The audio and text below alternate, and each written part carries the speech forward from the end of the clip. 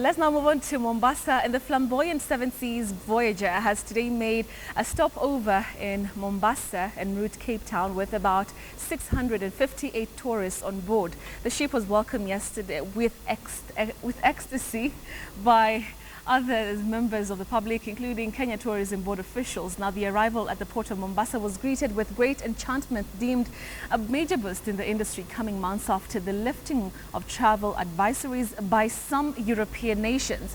The cruise ship tourism has, over the recent years, experienced strong international growth, with its diversifying products, creating and developing new market niches. Whilst sea piracy has, however, been singled out as one of the biggest challenges for cruise ship tourism.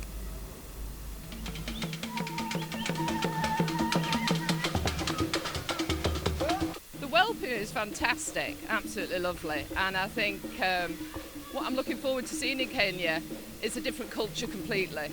Well, the welcome coming off the ship is fantastic. It's really wonderful. Great to see the dancers. We were told that you have a life before Africa and then you have a second life when you've been to Africa, so really excited.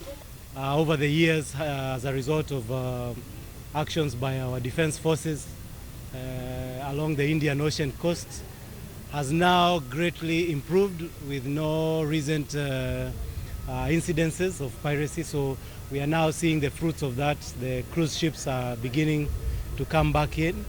So for us today is to welcome the guests who are joining us here and who will be going to the various attractions that we have